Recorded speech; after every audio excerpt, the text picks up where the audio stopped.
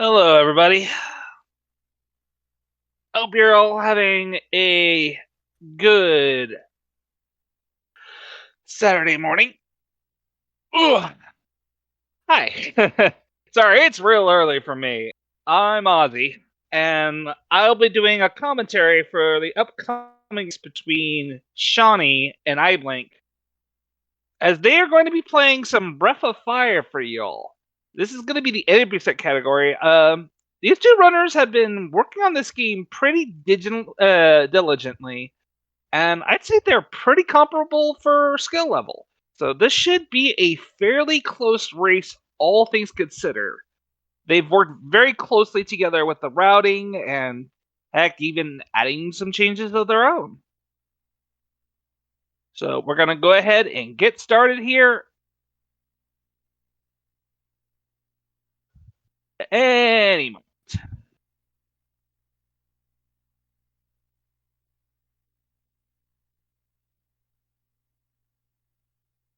Because I did see a countdown. They will be going.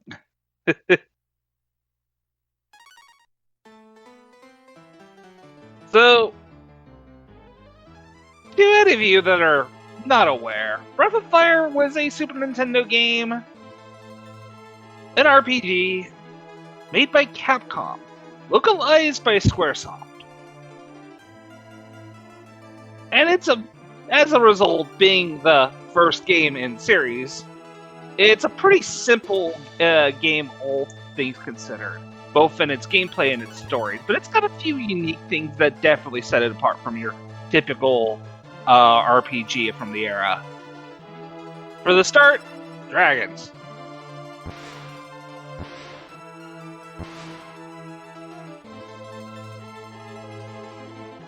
Particularly, two dragon tribes in this game are currently feuding, dark and light dragons.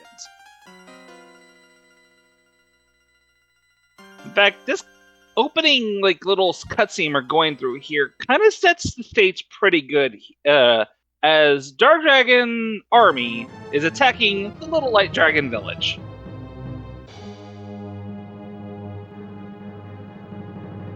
We get our usual exposition through dialogue, like the main villain is named Zog. He's the one in charge of this army. Zog fears them because they have the power of the light dragons, though they abandoned that power a long time ago.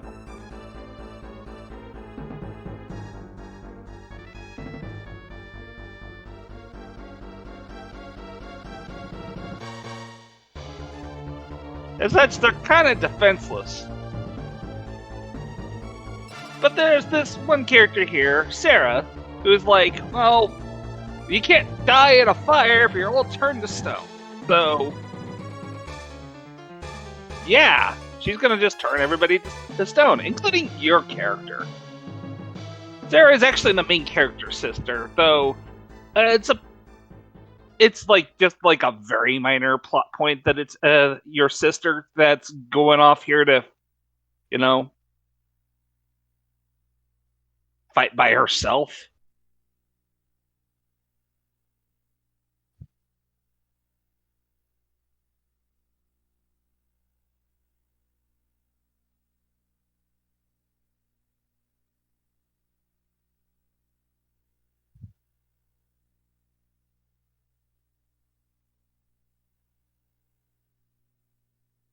She goes up to deal with the general of this army, Jade. Don't forget him too much. He will be important later. Quite a while later.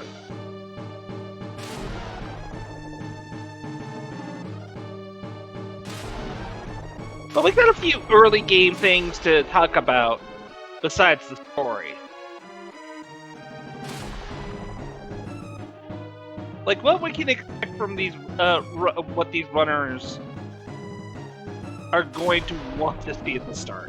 Because just like in any RPG out there, we are going to be starting at a level 1, and stats are randomly generated at the when you level up in this game. They generally lean one way or another depending on what character levels up. But at the start of this run, because we don't get a lot of XP, and frankly, this game, particularly the Super Nintendo version, is notoriously stingy with its XP rewards. We're rarely going to level up. But yeah, here's a little exposition on the whole escalation of the two dragon tribes warring. There was this goddess that apparently was egging them on because she kind of got a kick out of it. Till a bunch of warriors came around, sealed the goddess away with 6 keys. And that's kind of the state of the world is today.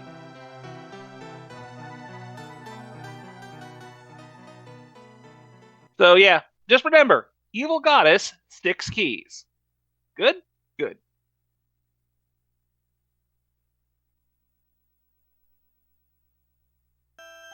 But as I was saying, since leveling stats are a little random in this game, the ones to note is agility. Because agility in this game affects turn speed.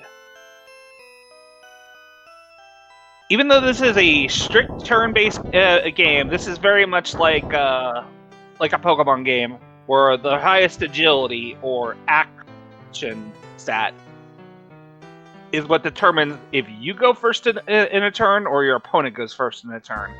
And we really, really want to see the main character go first in the turn.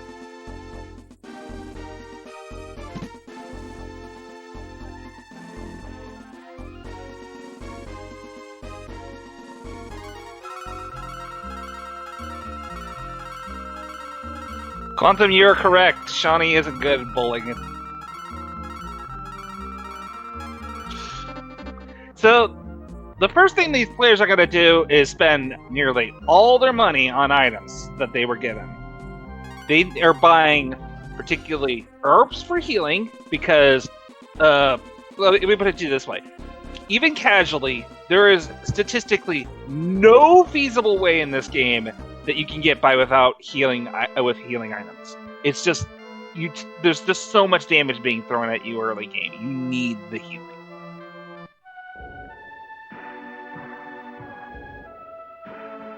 And the other item they pick up are things called Marble 3s. And yes, that is what they're called. What is even more bizarre is that Marble 3s are basically like the equivalent of repels in Pokemon. They will ward away monsters for a certain amount of steps. And in fact, one of the things you'll see these players do, but not see happen, is every time the Marble 3s wear off, there's like a little message prompt that says, "Oh, your Marble 3 is no longer working." They have routed the exact amount of steps so that just 1 or 2 steps before the marbles normally run out, they just go in the menu, reapply another one, just so they don't have that extra text box prompt constantly going off. So we're already into kind of like our first little main dungeon here. So, this is Camelon. Dark Dragons kind of came in, messed everything up, and the whole place, the whole castle, is taken over by a frog. We're gonna go kill a frog. That's right, our first boss is just a frog. But do not be fooled, this frog can be kind of a surprisingly difficult fight if you're not prepared for it.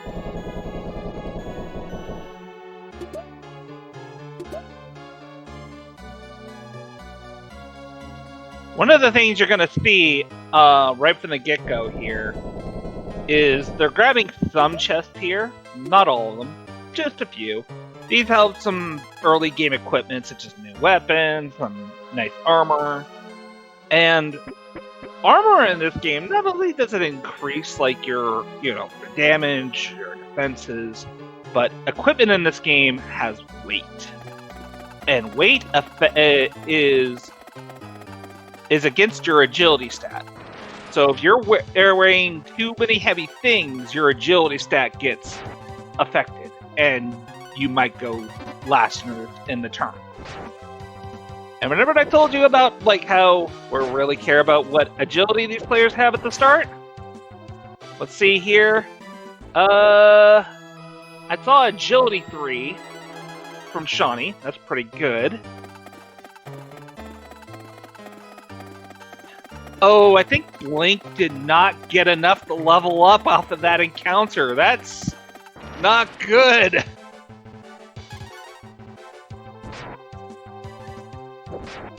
So Shawnee's already at Frog. There we go, level 2. Agility 4. Okay, Blink that is a nice little stat to see at the start. So the nice thing is when you get agility 4, they don't have to make any equipment changes. They can just keep wearing the same gear that they already have and go right into the fight. The one thing they're also going to do at the start of this fight is because these first 2 bosses at the start of the game, you're fighting solo for you.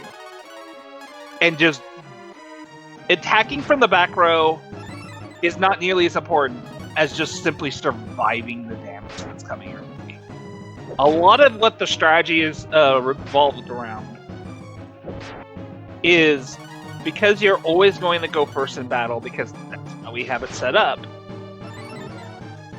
is that you do some more damage, and the moment your HP hits a certain threshold, like for Shawnee, he's looking at, sees, I've got 14 HP, and he gets hit, uses the herb, and it pretty much pops him off. It keeps him safe. Because the one thing about this boss it can do is it has a jump attack that can do more than you would expect it to. I forget the exact damage number that it does, but that jump hurts a lot. And the other thing we really hope to see here is, or not see here, is the frogs can also heal themselves, and that's just kind of slow and annoying. Oh, yep, there's the jump.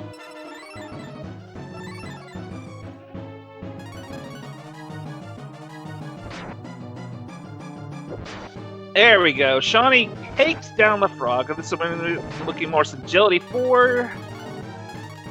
Agility 4. Agility 4. Agility 3. Oh wow. That's a good agility stats. By the way, we only care about these agility stats for the first 2 bosses. Once we get past the second boss of this game, we don't care anymore. It just only matters for this very start of the game. So here, agility 3, agility 4, agility 4, and agility 4 for Blink. So that's pretty good. They're all set for what equipment, and going first in the night fight won't be too much of a problem. This also means that they can make sure that they're wearing the better equipment for better defense, and not sacrifice offense for safety.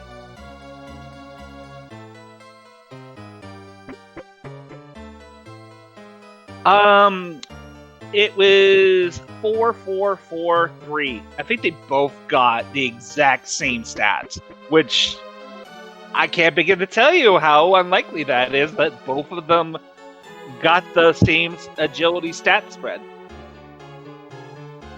Because a lot of people aren't aware of this, but this game's RNG is by the frame.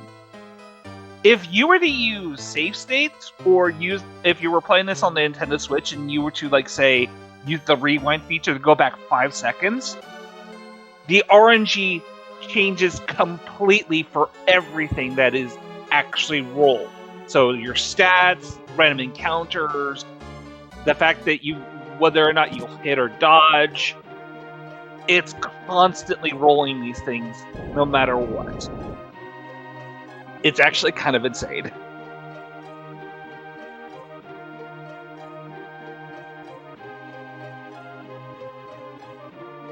So Shawnee is already done with this castle because the king's like, hey, listen, the Dark Dragons are currently occupying the main city. Could you, or the port town here? Could you go deal with them? Sure, but I'm gonna sneak in. And as such, we're going to be introduced kind of to the other kind of really interesting mechanic that you didn't see back then a lot with these games. And that is a day and night system. Time passes while you're in the overworld, and it will slowly become night and become day again. And only at night, when some lazy guards fall asleep. Oh, Shawnee, thank goodness you remembered that you could take that upper path. I was going to criticize him if you forgot. So, yeah, we need to wait until it comes dark so the guard... Oh, nope! Too early, Blink, too early. There you go.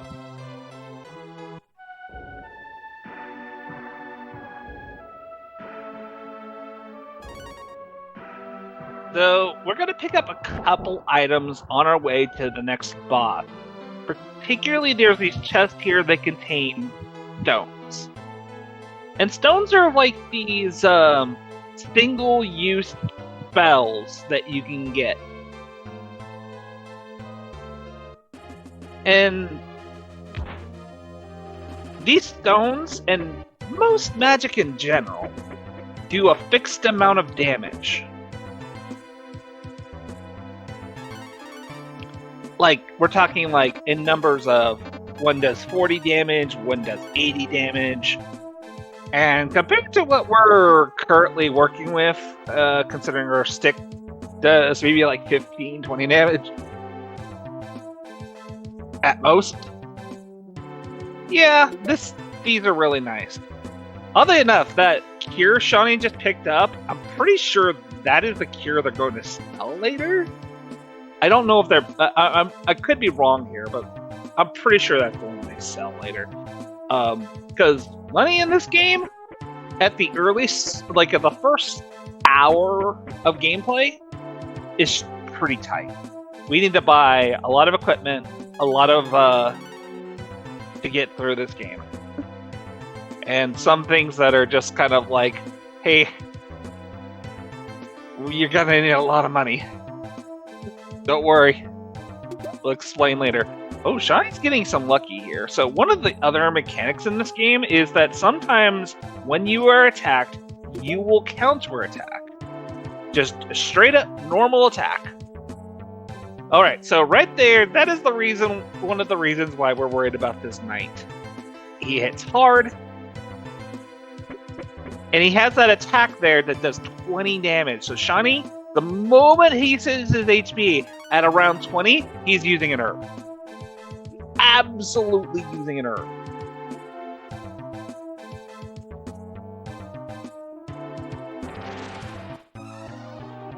Let's see, what other thing that kind of did not go over with the toad? Yeah, so one of the things with the toad was you'll notice when its HP went down to 0, it flashed and it didn't die. Bosses in this game have a second wind mechanic, where when you bring them to the first HP bar down to 0, they get a new HP bar that usually, for the most part, is just maybe a small fraction of what their normal HP is. And maybe their strat change. Okay, I was off by 2. Thank you, Win.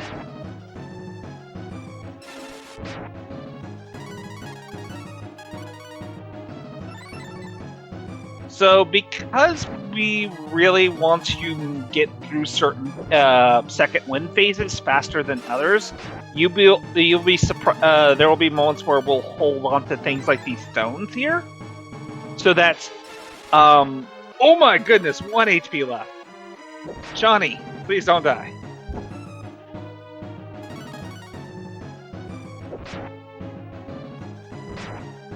Oh, that's HP? Oh, my bad.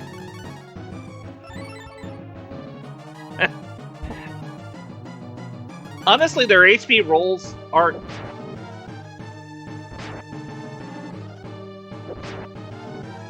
Yeah, they're definitely agility tied. So I know Shawnee likes to use the HP gauge measured against the name of the knight. So when the HP gauge is at around the little below the H in knight, like one more, not if the knight heals itself constantly. That's really frustrating.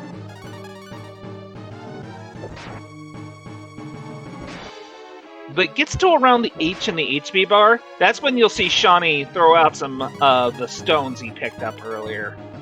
And I'm pretty sure we'll see the same from Blank.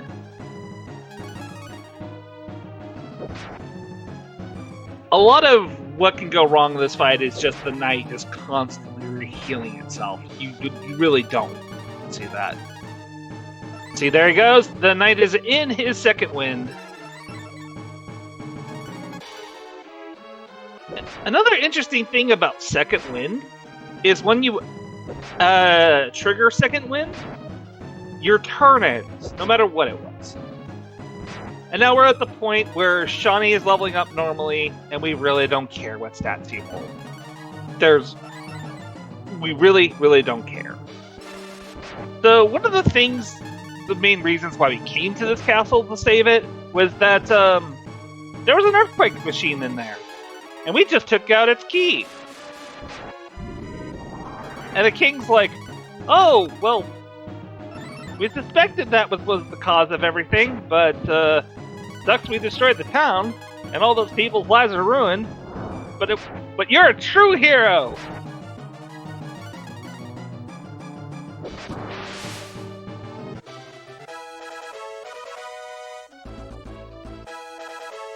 And with that, Blink is now also done with the knight. Big breath of relief from both of these players, I imagine. I can't begin to tell everybody, just like, these two first bosses are kind of like actually a big deal. Now that we're past these two first bosses, it's pretty chill up to a certain boss. And don't worry, that boss will get its special day in the sun.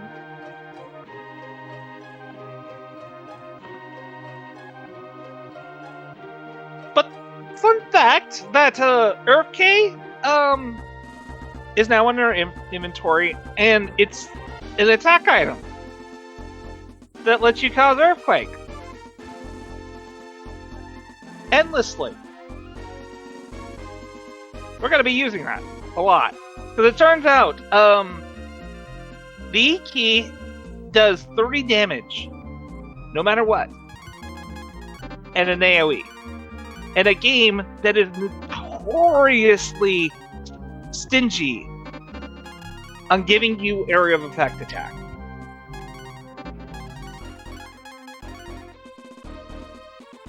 So we're going to be abusing the heck out of that Earth Key.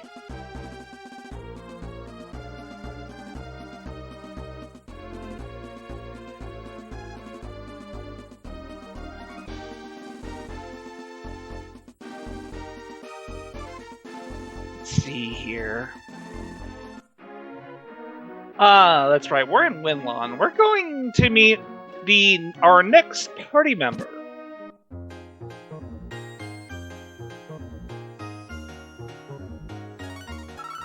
But not before everybody kind of stocks up on everything they need with the money they got. We're gonna need a lot more marble threes.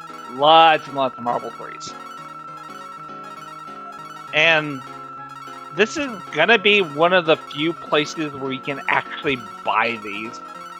Because believe it or not, there's only 3 stores in the entire game that sell marble threes. The starting town, Winland, this town, and another town called Prima. After that, you can't find them anymore.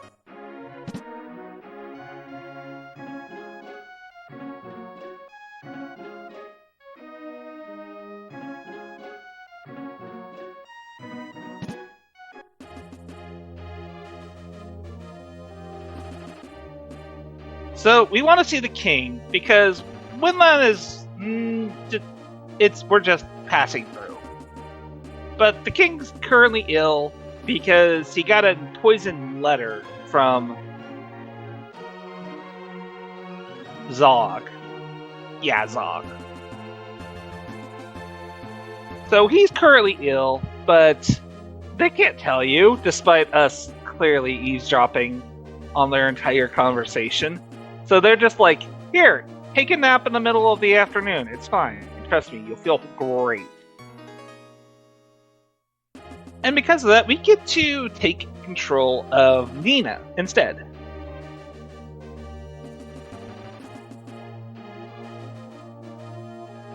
Luckily, she's not gonna go deal with her problems by herself. She is accompanied by these two guards here.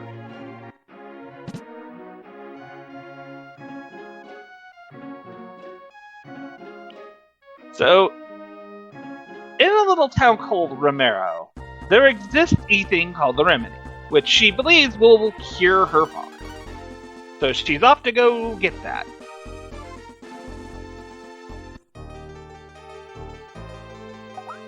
Nina's going to be an incredibly important party member once we get her with us. Because she is the white mage of this game.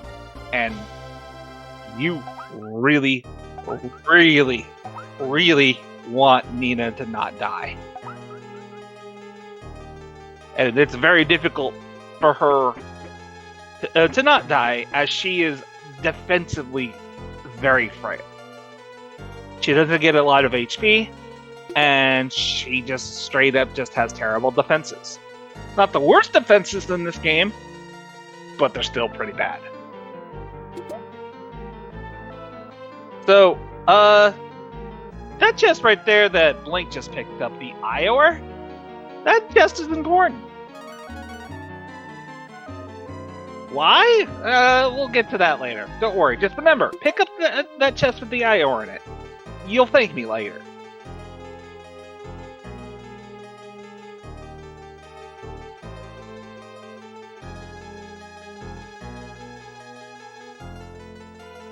No, I'm not being cryptic on purpose. This game is notoriously cryptic about what is required in order to actually progress the plot. You missed something a while back that was necessary to progress the plot? Hee hee.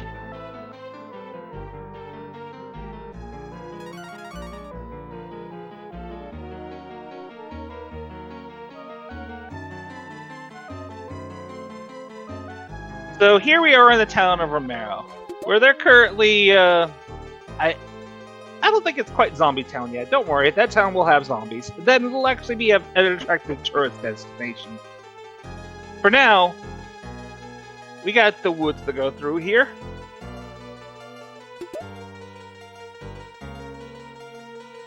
And for the most part, this is going to be pretty chill. Thanks to the Marble 3s, we are never going to see random encounters again. Well, that's not true. We are going to see random encounters, but it's only going to be used to do very specific things. Namely, we're going to be using not the random encounters to gain XP or money. We're going to use the random encounters to get ourselves beat up. A lot.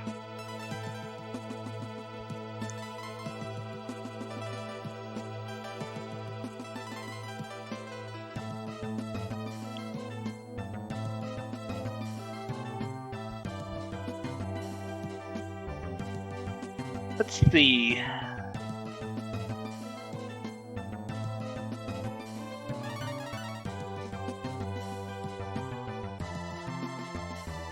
Not a whole lot going up until now, until we get to the next boss. Which is right here. And this is the power of the Earth Key. 30 damage. If we were not using that Earth Key, Nina would probably be hitting for like 5-7 damage maybe. And she doesn't really get much better even after you do level her up or give her a decent weapon.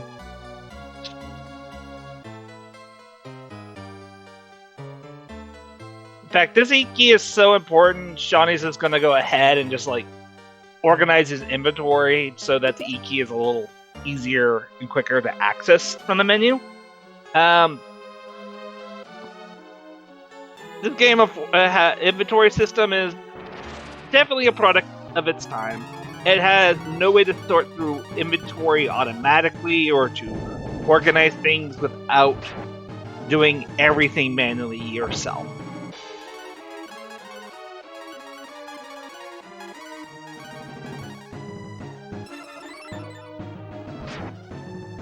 So we don't want Nina to die during any of these fights, by the way.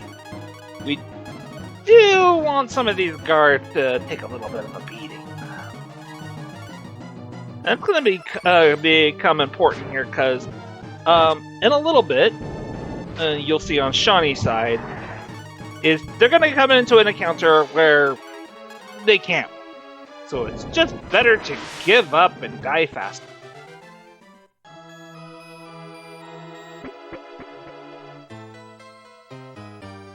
That sounds like nearly everybody that I've talked to regarding the Earth Key, Vespia.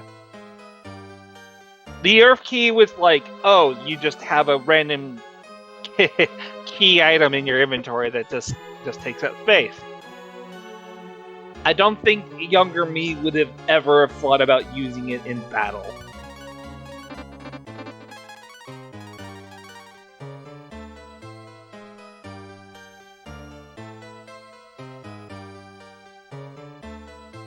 I wouldn't be surprised if they put, like, in a not in the manual, but maybe like in a magazine, or like one of those Prima book guides.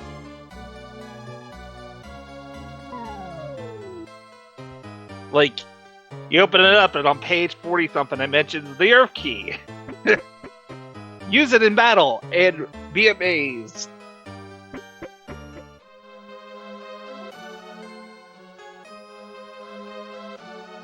Yep, so as you can see here, Shawnee is letting one of his guards just stay dead. He's perfectly fine with that. The only character he cares about not being dead is Nina. As you really want Nina to get all that juicy, delicious XP.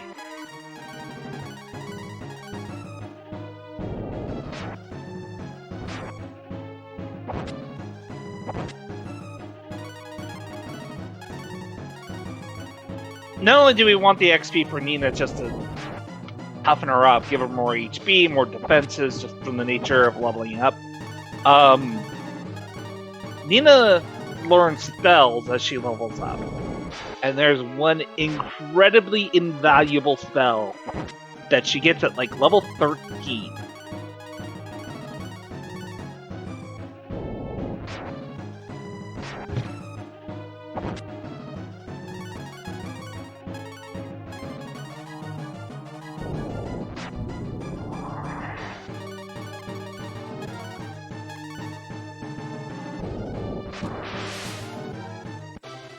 Yep, that E key is just pulling its weight.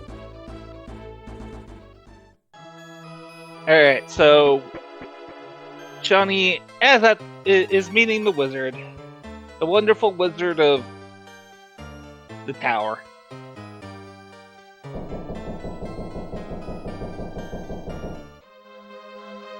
So the wizard releases this bird gas that says, "Your bird powers do bird nothing." And because Stoney set it up so where that he was already set to lose, rather than fighting a long, drawn-out, losing battle, the game just, goes. So where now the soldier is gonna flee from the wizard because he realized they can't win. This gas is wrecking birds. We need to find a not bird person. We only knew somebody that was not a bird.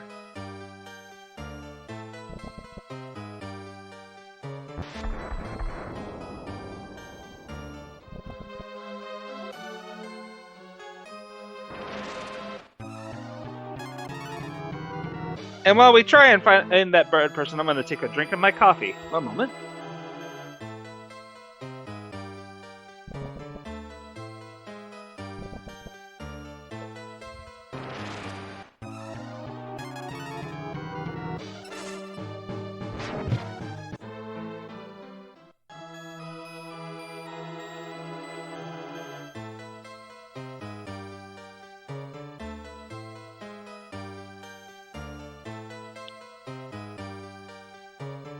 Oh, you, young blue-haired person, you're not Bert. Would you help us?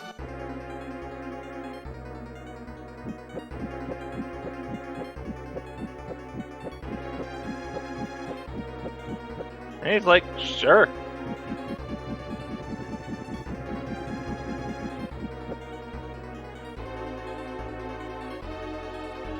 And thankfully, they'll just fly us to exactly where we left off, so no re-navigating through the cave, the forest, the dungeon, just takes us straight there. And I'm gonna be honest with you, I'm greatly thankful for that. There's enough slow walking in this game, we don't need more.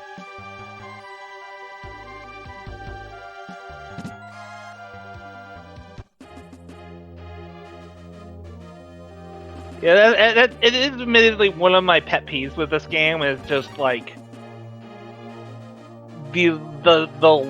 there's so few ways to actually speed up your overworld travel in this game in your general movement.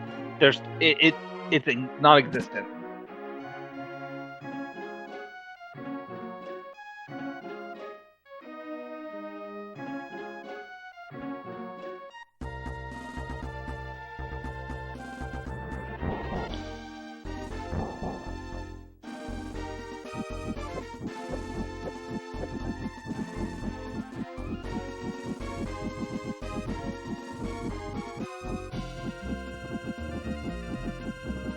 So into the gas Ryu goes.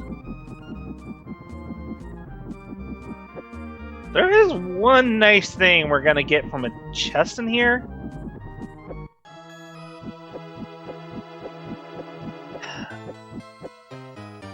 Oh yeah, the trap chest that heals you completely. Oh no! How will we deal with this heinous trap? But more importantly, the trap also gives us a ring. That is what it's called. That's how I'm saying it. The ring is just a pretty good attacking item. But for whatever reason, they were just like, our hero, the main hero of the game, uses swords and boomerangs. Don't look at me, I didn't write this game. Even though we got the ring here, we're still just going to attack with the E. Again, 30 damage, always. No variance. Never misses. Good.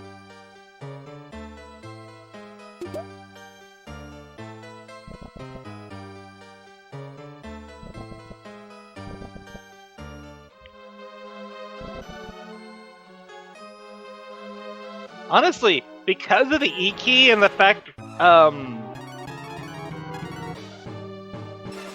we just have this consistent damage and everything, like, things are starting to look up.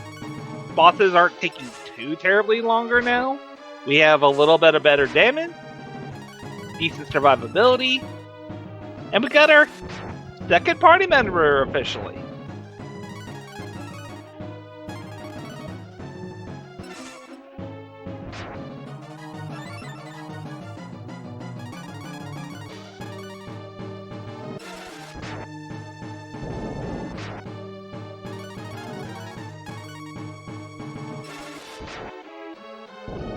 Yeah, I'd say they're about like a minute apart from each other. And that makes sense considering there was a couple minor mistakes by Blink. He entered the town before it wasn't quite night yet, and at the very start he turned around to go use the save platform right before going to deal with the frog. So yeah, a minute makes sense in my head.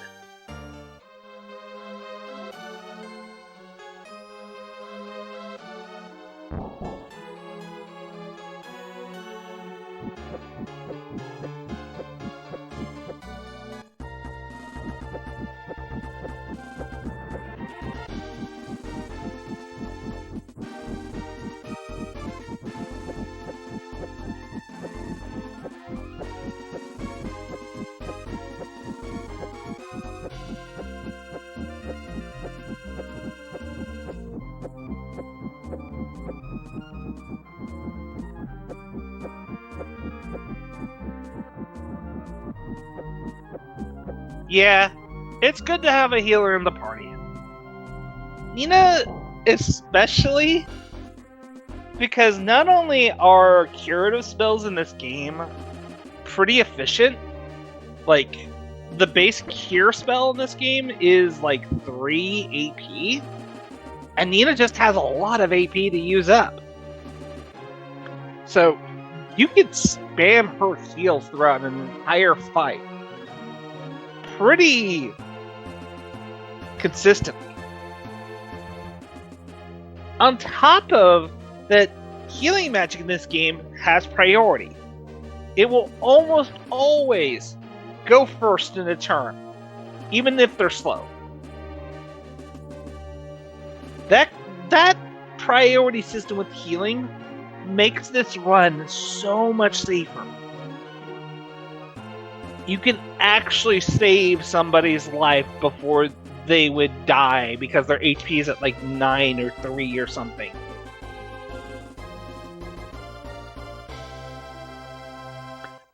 Anyways, with the king healed and permission granted, we can continue on to the next area of the map.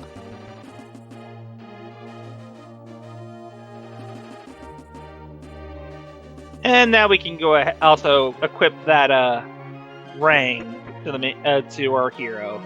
As the strategy now for a good amount of fights is attack with the hero, Earth Key with Nina.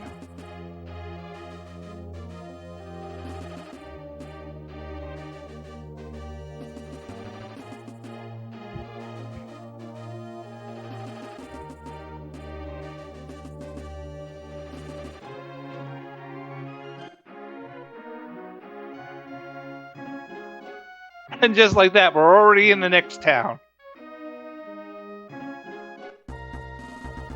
So, this town is a twin town. Tantar and God, I can never remember the other names. I always remember Tantar.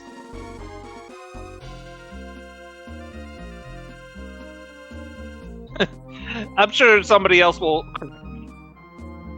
It's just that Tantar's the town that, for the most part, you care about. The other town is kind of just like, well, let's say they're fated.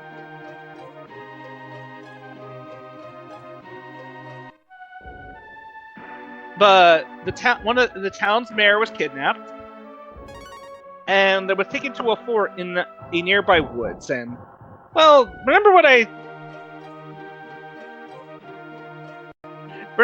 told you about that Iowa earlier? Well, there's this big old tree that's kind of blocking our way into the next dungeon. Luckily, there's this guy here, over on Blink's side, where he will make you a thaw if you give him an Iowa. This thaw is then immediately used to enter the forest, and because, I don't know, it's a really bad thaw, it immediately breaks.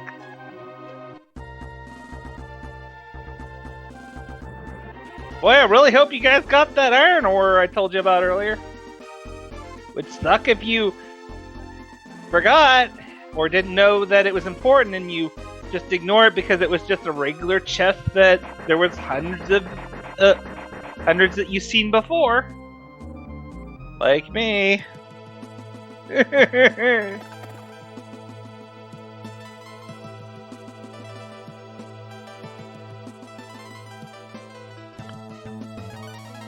Anyways, Shawnee is currently dealing with some guards, and this is another reason why the ring was incredibly worth it. The ring is a multi-hit attack.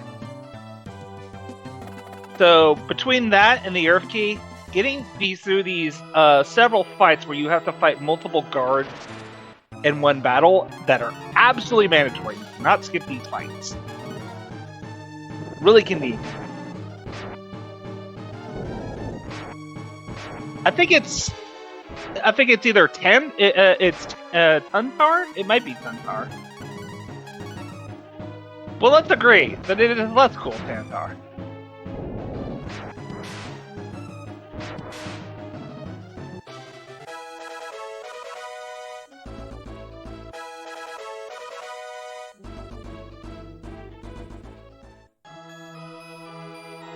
And I regret to inform you, ladies and gentlemen, we do have one boss we are skipping, and it is this.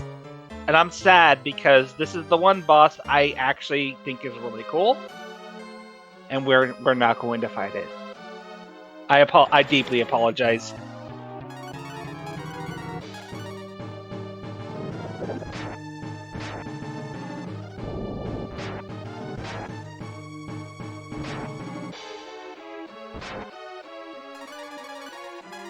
For the most part, though, going through this dungeon is pretty one note.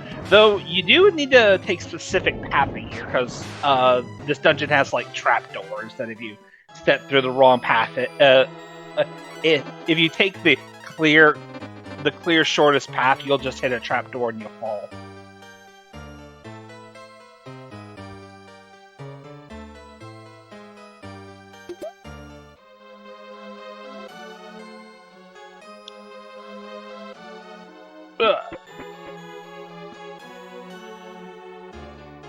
See, right there, just, like, look at Nina, just, like, going first always for these heals.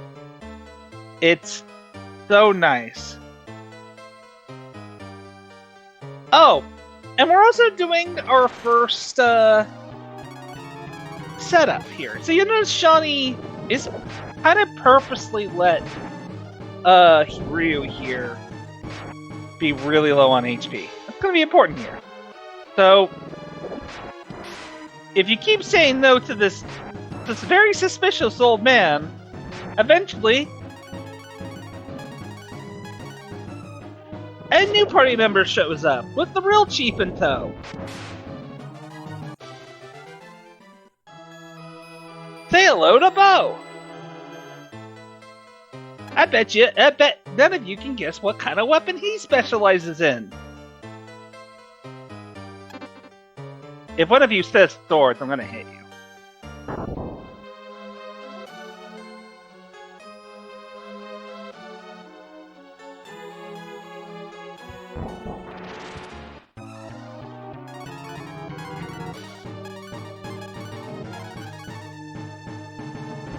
So, the general fight is nothing special. The only thing we really care about now is we want all our new party members, minus Nina. Nina is the most valuable party member.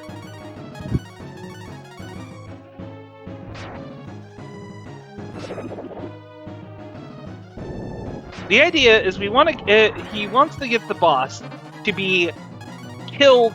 Oh no! Oh! He went after the wrong person! The assassination from full health to Nina. Oh, that's rough.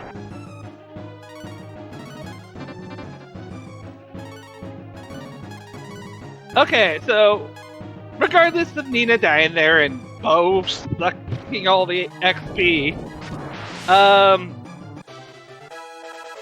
Johnny is now going to get our party members to wipe. Because walking out back to town is very slow.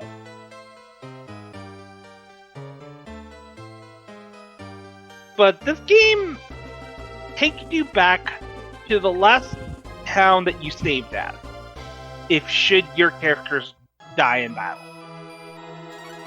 The only penalty being that you lose like 25% of max gold. A good deal if I ever saw one. Because you don't like lose any progress or anything. It's not like reloading a save. It's just straight up just teleports you back to where you are, so you don't lose any progress or anything.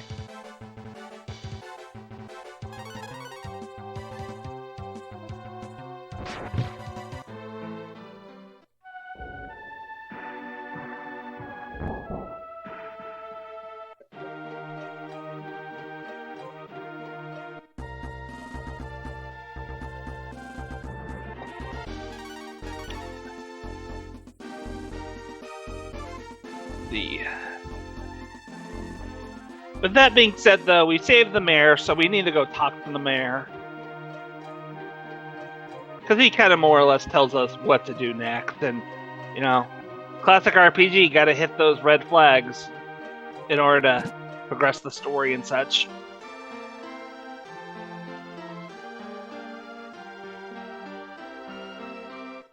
But particularly, he tells us about a stone robot.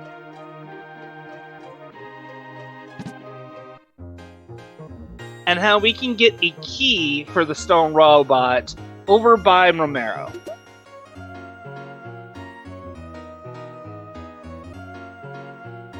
So one interesting thing I actually really like in this game that I wish other games took advantage of is, depending on who's leading your party, you will have different overworld abilities or passive effects going on. For example, on the overworld for Bo, he can freely move through forested locations.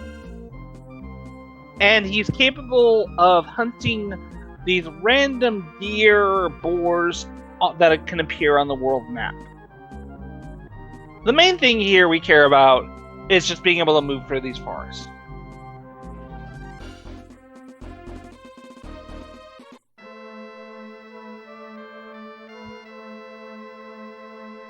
Yeah, Ryu can fish.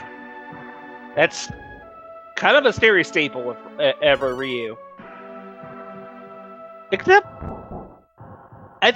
for in Breath of Fire Dragon Quarter. I think that's like the only one where Ryu doesn't do any fishing. I could be wrong, because I did not finish Dragon Quarter. When I think of that game, I don't think of fishing.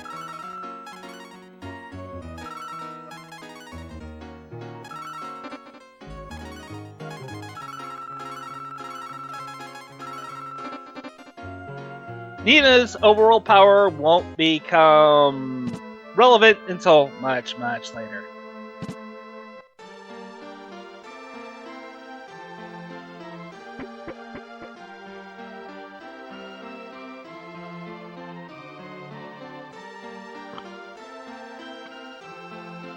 On blank screen, there's this item they're going to grab from a chest.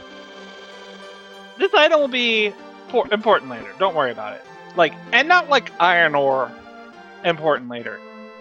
This is speedrunner important later.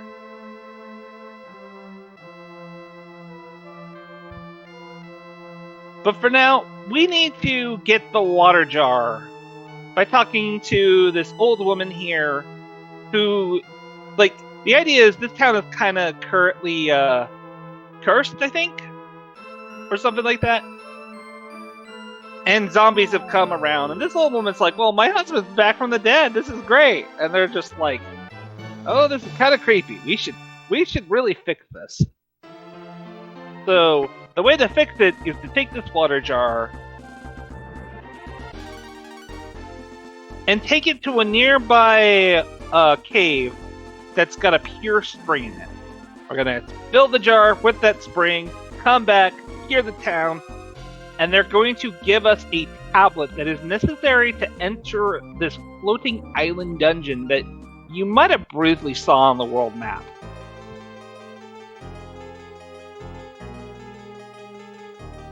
Oh no! I think Shawnee missed the water jar. I didn't see him get it. Oh no! Oh no, that's bad.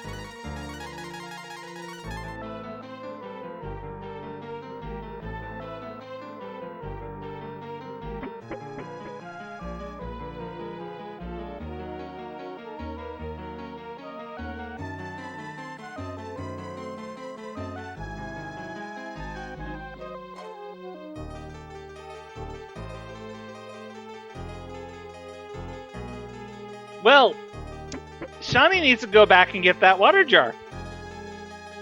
Like, today.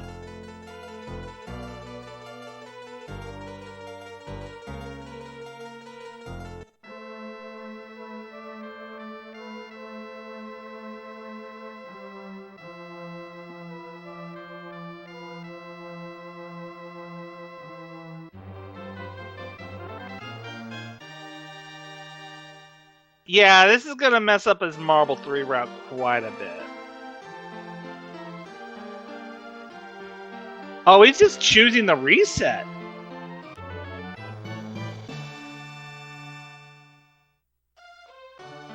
Yeah, that makes sense.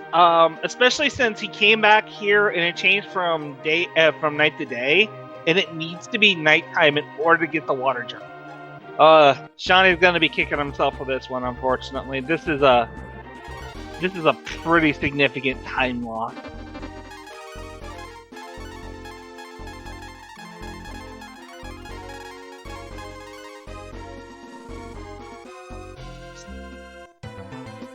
So I really haven't talked much about Bo, other than making fun of his name and the fact that he's got a bow.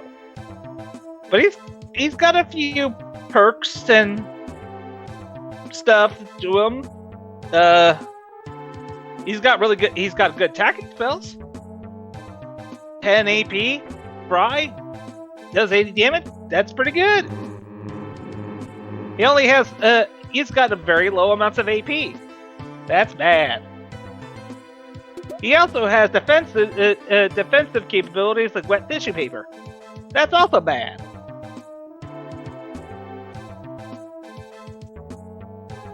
In fact, it's part of the reason why we're grabbing these acorns at the store here. Acorns restore 20 AP in battle. And because Bo easily does the best single target damage at the moment,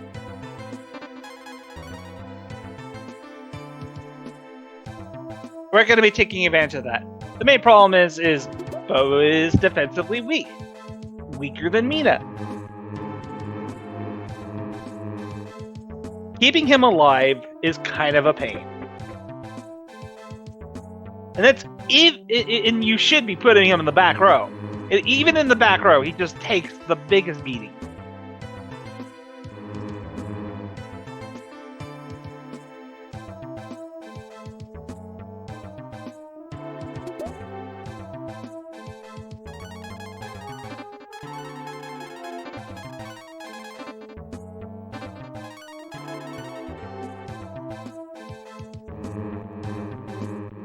So we do have another boss upcoming here. I believe it's the Wisp. Funny enough, this will not be the last of the Wisp we see.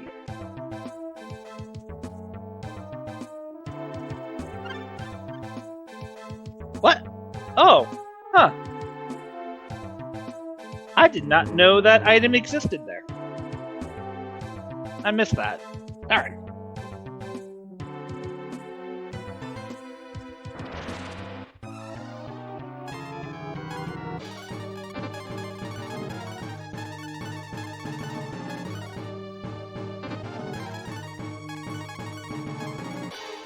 So one of the other things we're going to be use at the start of a lot of these sites is Nina's going to cast Fort, which basically raises your defense. And remember I told you about Nina and Bo being really defensively weak? Yeah, they need this buff. They really need this buff.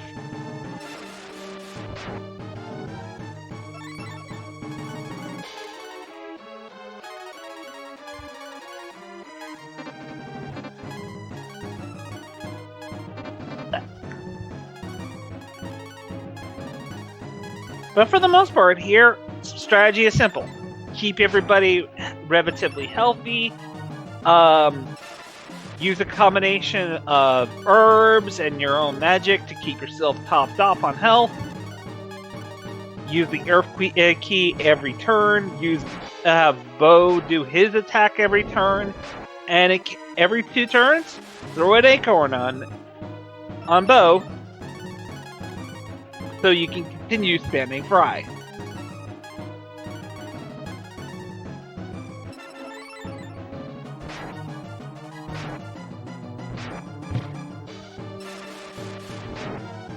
Oh no, Ryo died. How will he ever progress? Don't worry, it's perfectly fine if Ryo dies at this point. Bo's the one really doing the damage. And Nina's the one we care about that we want to live. Because... okay, never mind. He is just gonna let Nina... Well, he can afford to let Nina die here because...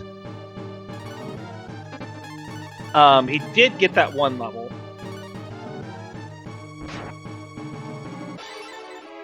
Wait, no, I think he's in trouble. I don't think Nina needs to die there. Yeah, I think that was a mistake. Wow, he barely lives. Okay, he gets through.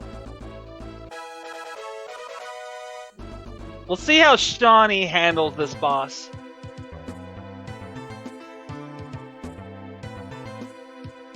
Yeah.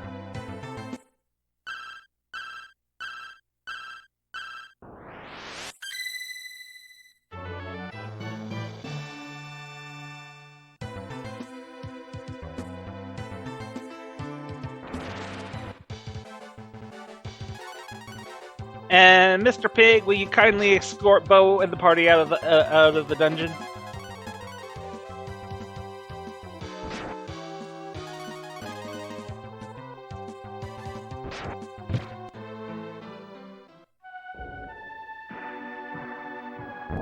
Thank you, sir. Well, let's see if Shawnee has a little bit of an easier whisk fight. Luckily, that mistake for getting the earth jar,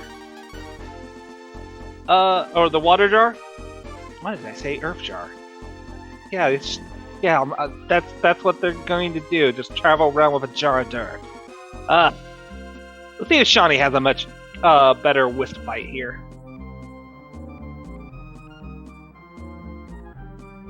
Nina is going to be a little bit more vulnerable considering she's at a lower level. So he's going to be very mindful of that.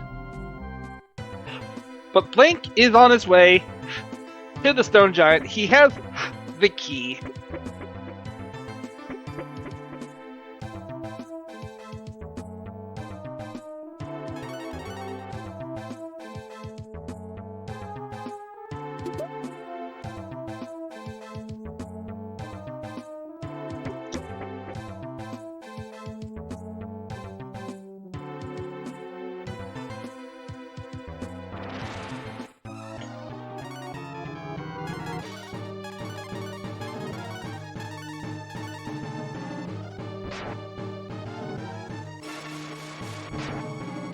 Oh, that's right. I totally forgot this general fight exists. This guy kind of go down to a bunch of AoE damage, so it's no big deal. Again, Nina, please don't die. Protect Nina at all costs.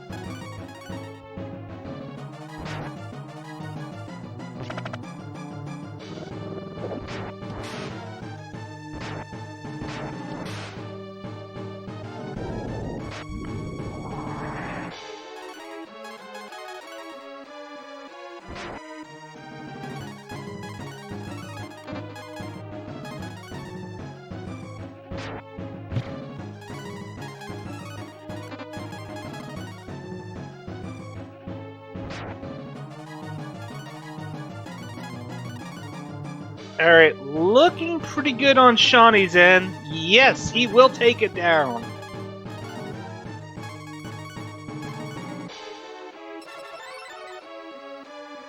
Alright. And just like that, Shawnee gets his key. The key.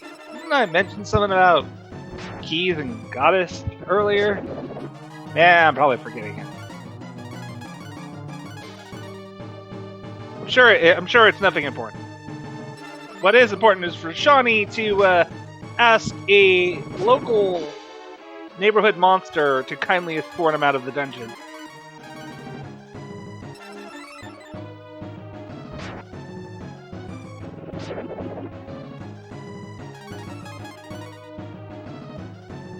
Yeah, there you go, Shiny. Put them in the front row. They'll die faster that way.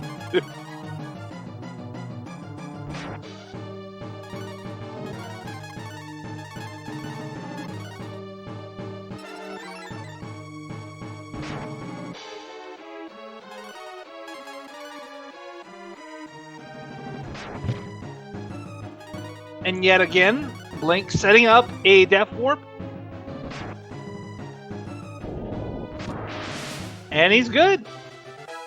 Luckily, the Death Warp setup here with the general fight in the Stone Golem is actually pretty easy to do. It's pretty. I've not seen them mess it up once so far. It's nice that there's at least a fight that's a little bit more easy to set up a Death Warp like that.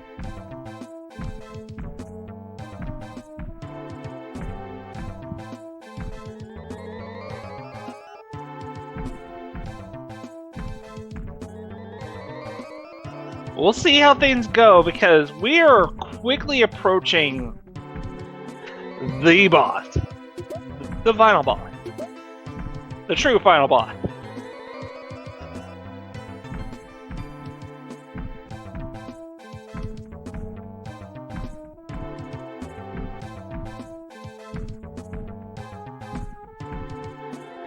Funny enough, this true final boss is considered a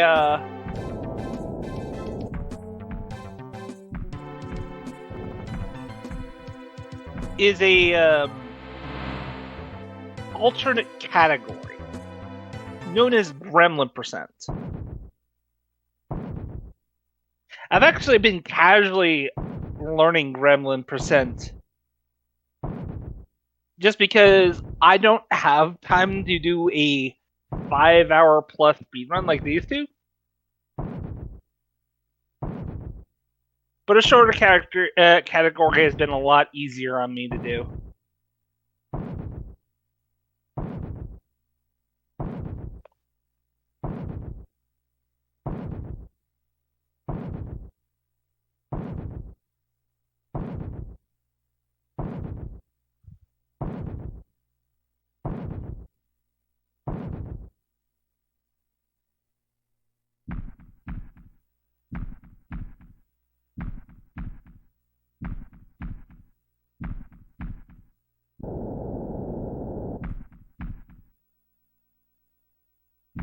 As for what they're doing with this golem in the first place, if I recall correctly, the river is being blocked up and they needed to use the robot to destroy the rocks, to restore the river.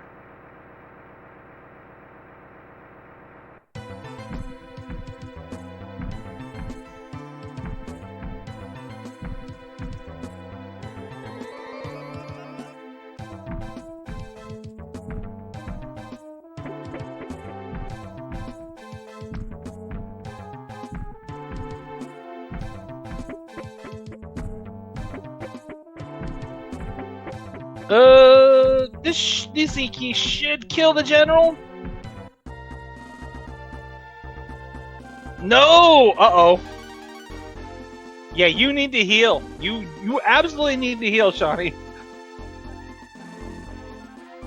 Okay, now you can survive an attack. Oh, no, he's being really cautious.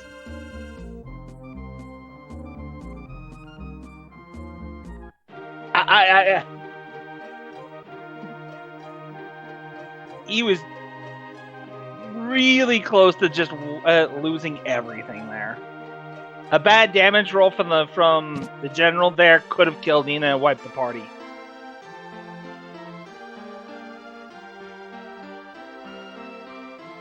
So take this as a lesson, folks. In marathon speedruns, it's okay to be suboptimal if it means the worst situation is avoided.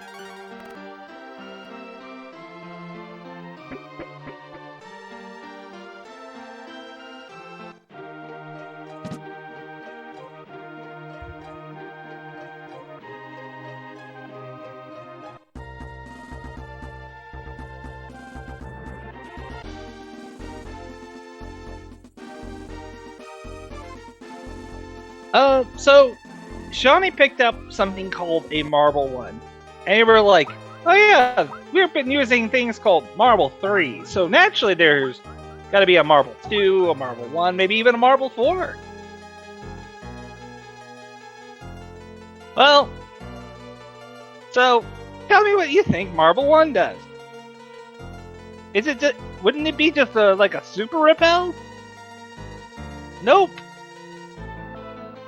Using Marble 1 in battle will make it so that you do an attack that guarantee critical hits. Every time. I know, I'm just as confused at these naming conventions too.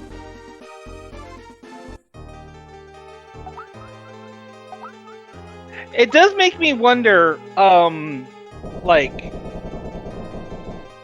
what is the literal translation of some of these items are, because were they actually just marbles? Can't help but think.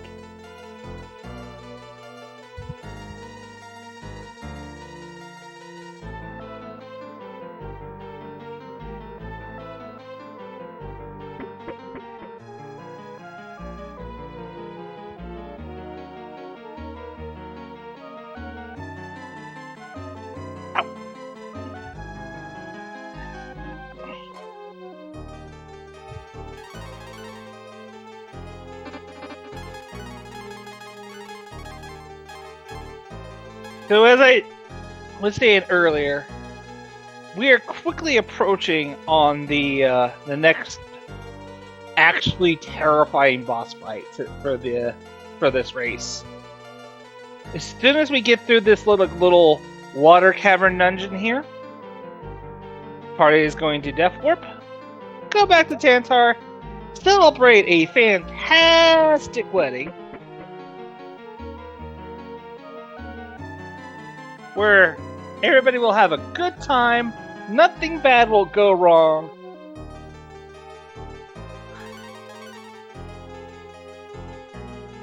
There'll be punch, cake, pie, you name it, you'll have it.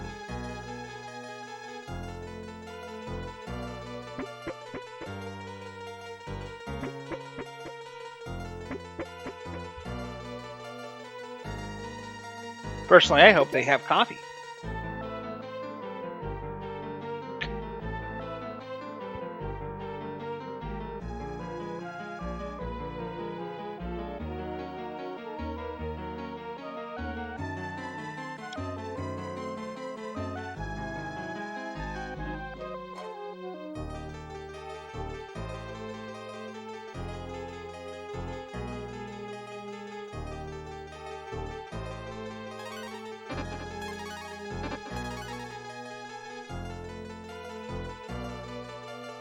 Just a few more steps.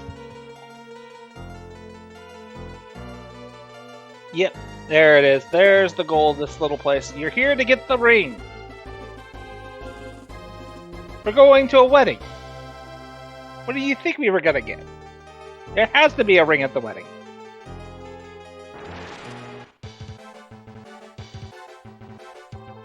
Alright. Weird blob-shaped things, kindly escort the party out of the dungeon, please. We have a wedding to attend. Thank you.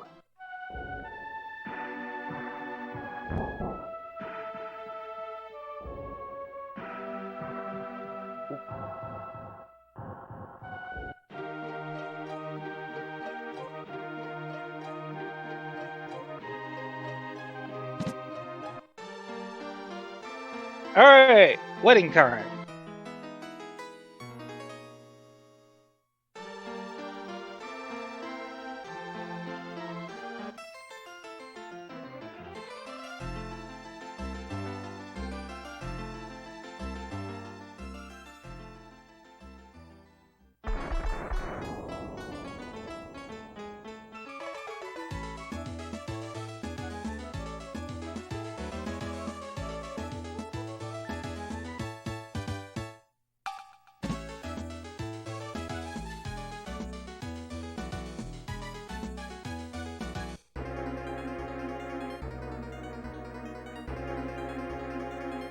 Oh no!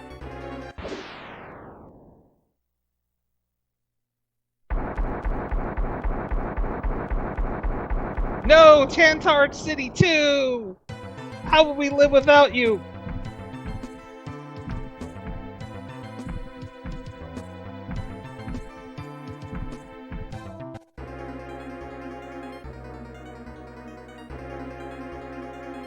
Well, it's his own fault for not reading that Hyper Beam it takes at least a full turn to recharge before you can use it again. So we're gonna go beat him up while it's recharging. That being said, joke's over. Real fight is starting. Next fight is Gremlin. An actually really super difficult fight. It's got 600 HP at the start, and during its second win, it's got another 600 HP. And you're just thinking to yourself, oh, that doesn't sound too bad. You're hitting for like 100 damage plus like each round. That's like 12 rounds. You can handle that. This boss, in its second phase of the fight, when it goes into second wind, loves to spam AoE attacks, hitting all 3 party members at the same time no matter what. And it can even do that attack at the start of the fight too. So the math here is done very specifically just to control the outrageous amount of damage you're going to be dealing with here. Hopefully Gremlin does not do an AoE attack in his first phase.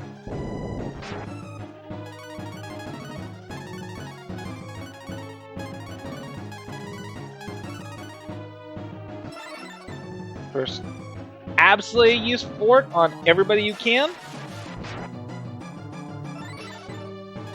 Ryu's job is just to throw acorns. Gotta keep that AP going so that Bo can continuously spam his magic.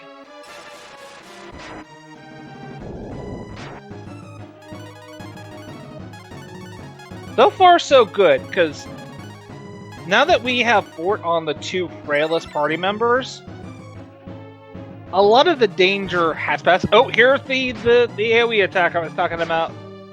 All 3 party members. In a game where you literally have no area of effect healing. There's only single target healing.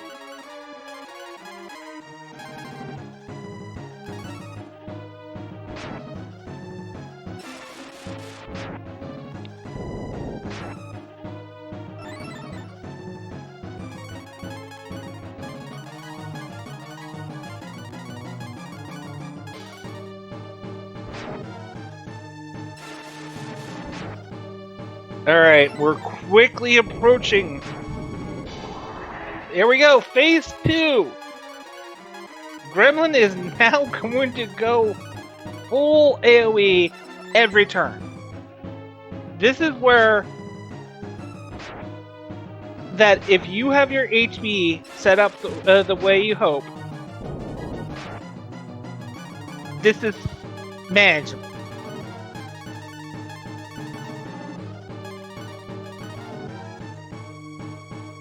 Using a combination of acorns, herbs, and cures.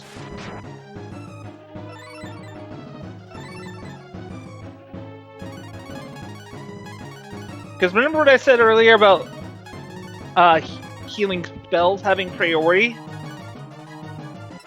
Well, that's only healing spells, not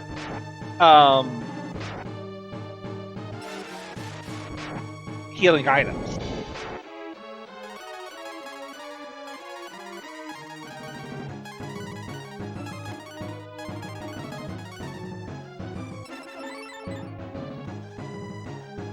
Alright, so far so good.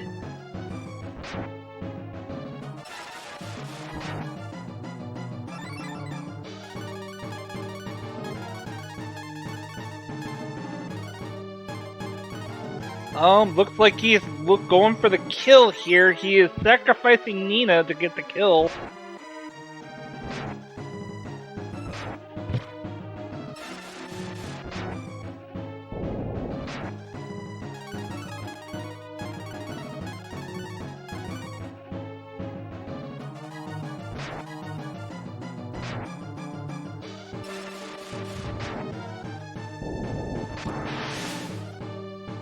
And he's done it! Congratulations, Blink, you defeated the final boss. You may now start the real game. It begins now. Have fun. After this cutscene, of course.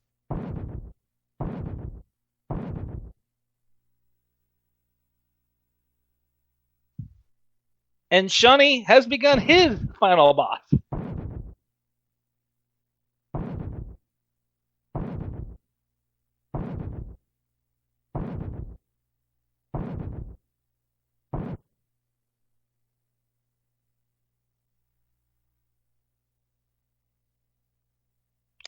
I wonder if he's gonna, Shawnee's gonna prioritize trying to keep Nina alive for this.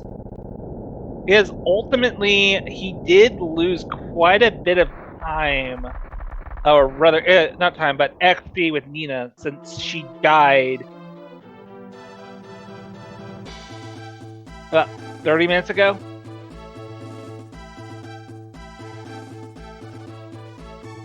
Alright, so Blink is moving immediately on to his next fight.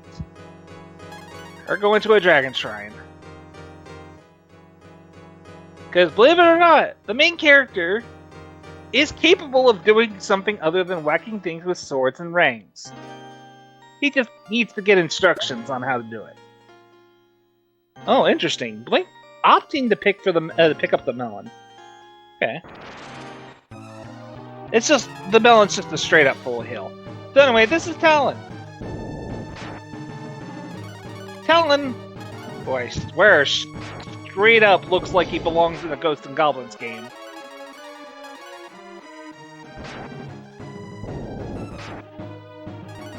We're just gonna be healing and spamming Iki, because this is how Ryu plays.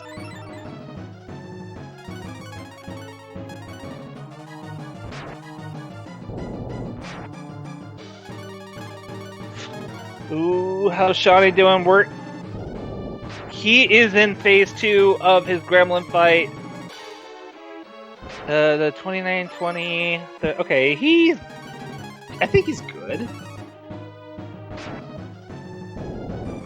Yeah, it looks like he's got things managed. Yeah. Bo can take 2 hits before he needs healing. Ryu can take 3.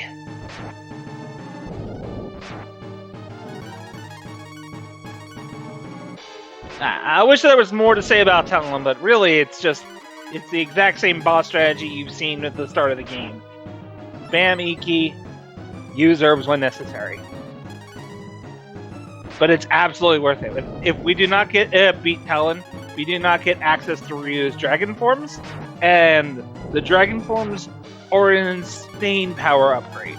It's always worth it.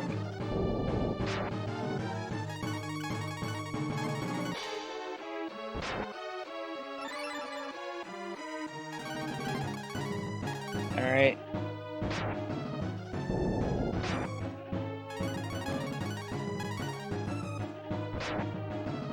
Will Ryu survive this attack? Nope.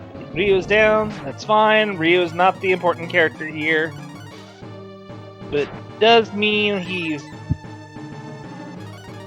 probably gonna play it safe. Yeah, I don't think it's... Yeah, it would not be worth it to use Cure 2.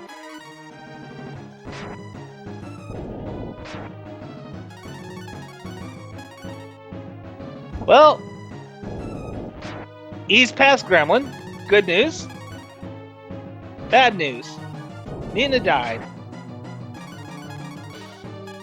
He really was pulling hard to get Nina to survive that fight, but at this point in a race, I feel like both of them have said, just get me out of this fight. Yeah, the high damage rolls was pretty brutal.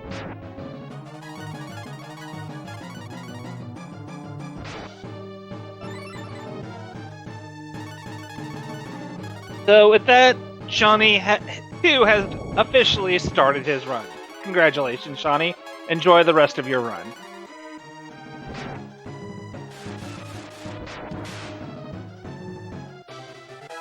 And with that, Link finally cleans up Talon. I promise you, fights will get faster now. Now that we're not just spamming the E key constantly for 30 damage.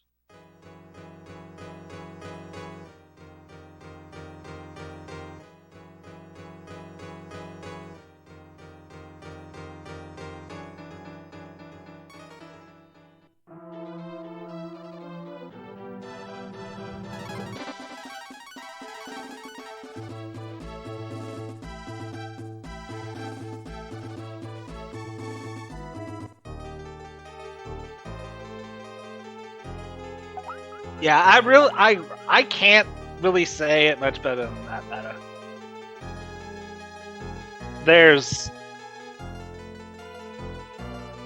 It's the unfortunate side effect of, you know, when you just have one party member. When you're just fighting one-on-one, it sounds intimidating, but in reality, all it does is make combat very simple and drawn out. And it's just unfortunate that this is how Ryu becomes stronger in this game. He goes to these shrines, he fights one-on-one, he gets cool dragon powers for doing it.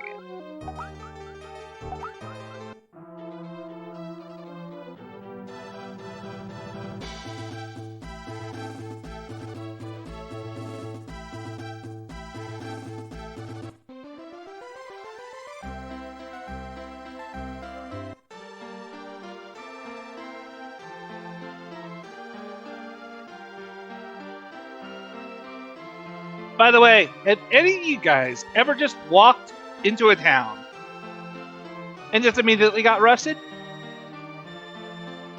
What? That's outrageous, you say? Unrealistic, you say? Well, how else are we going to meet our thief friend here, who will casually just unlock the door and let us walk out a free man? That's right. You really couldn't think of a better way to introduce a character, could you? That's why this is existing right now.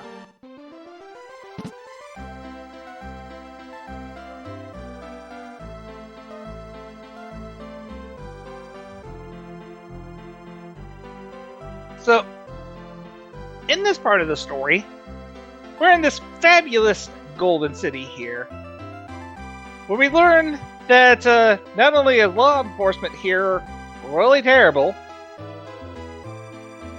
it's ghastly to look at. We also find out we're incredibly poor. We need money. My goodness, do we need money.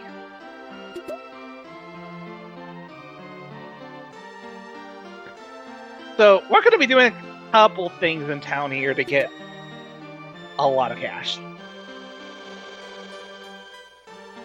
I feel if we had around 65k, that should be good enough.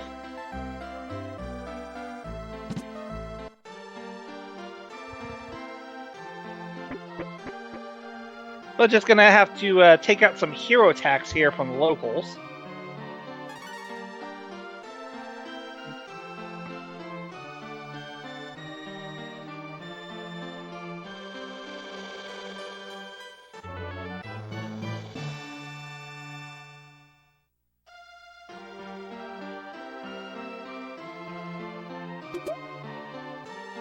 Alright, Shawnee's just about wrapped up with his Talon fight.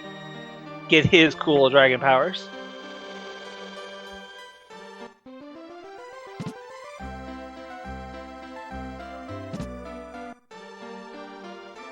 So, you're probably wondering, hey, where's that pesky, Dark Dragon Empire doing here? What are they up to?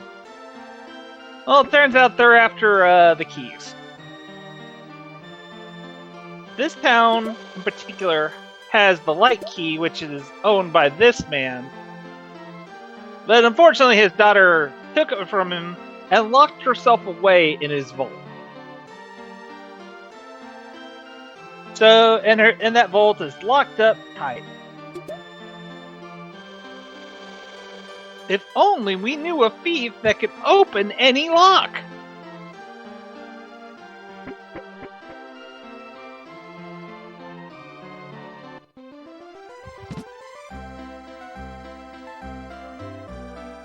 Well, we did hear about a town of thieves that lives on the other side of the mountains through a cave. Maybe there's somebody there that can help us.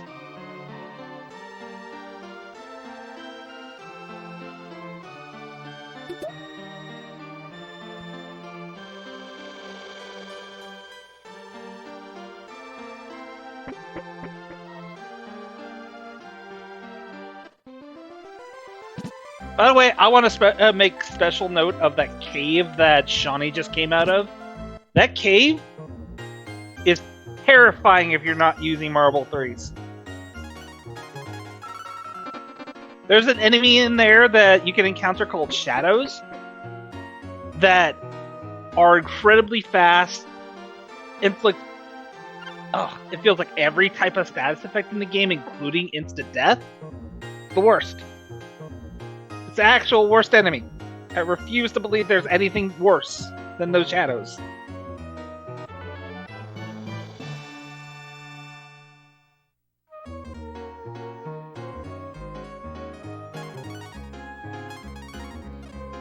With good reason. Have you seen your Shadow? It just moves on its own. It's terrifying. So, yep, we're gonna go ahead and sell, because we need a lot of cash.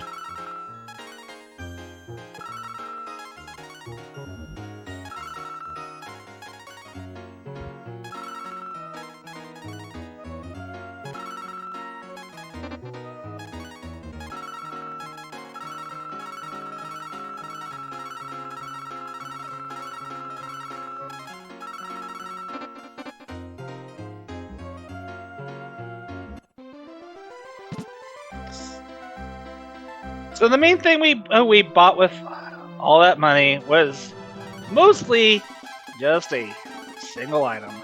And some of you have already mentioned it in chat. I don't read the chat. A gold bar.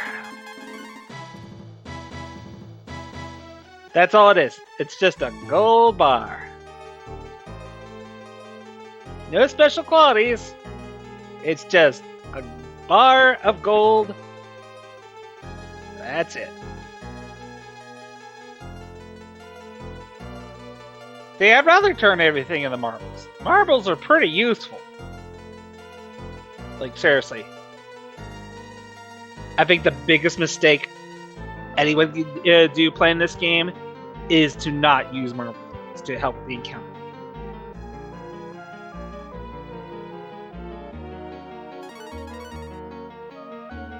It's not even like Marble 3s are expensive. They're like 10 gold each.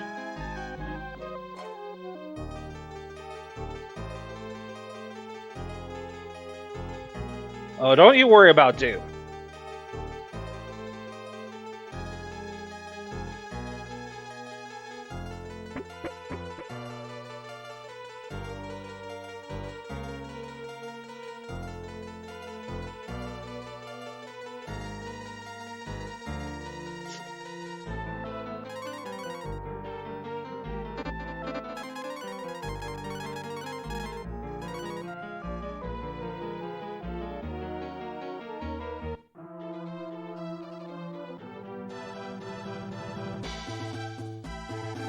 So, one thing to note about this town, this area that we're in, with on Bleak's screen, is we're in Bleak. This town and this area is always nighttime. Always. Something has to do with the Dark Key, exposition. It's a town of thieves.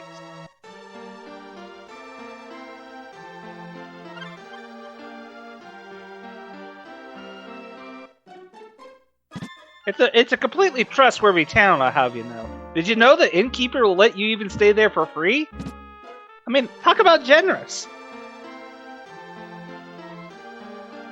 But not generous is this guy will give you an icicle in exchange for a gold bar. Which is absolutely vital if we want to get into the desert.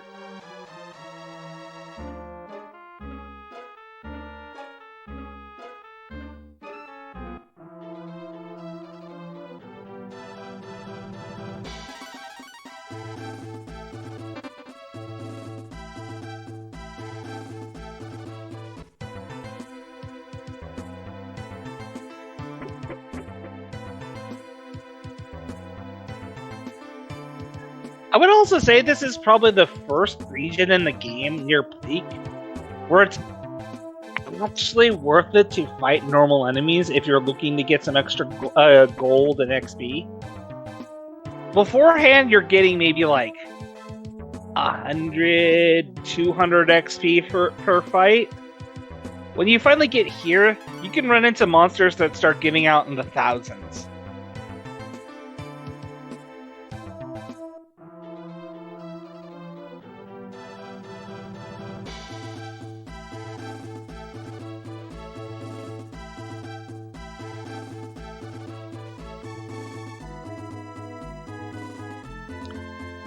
Oh yeah, see that tiny little island there?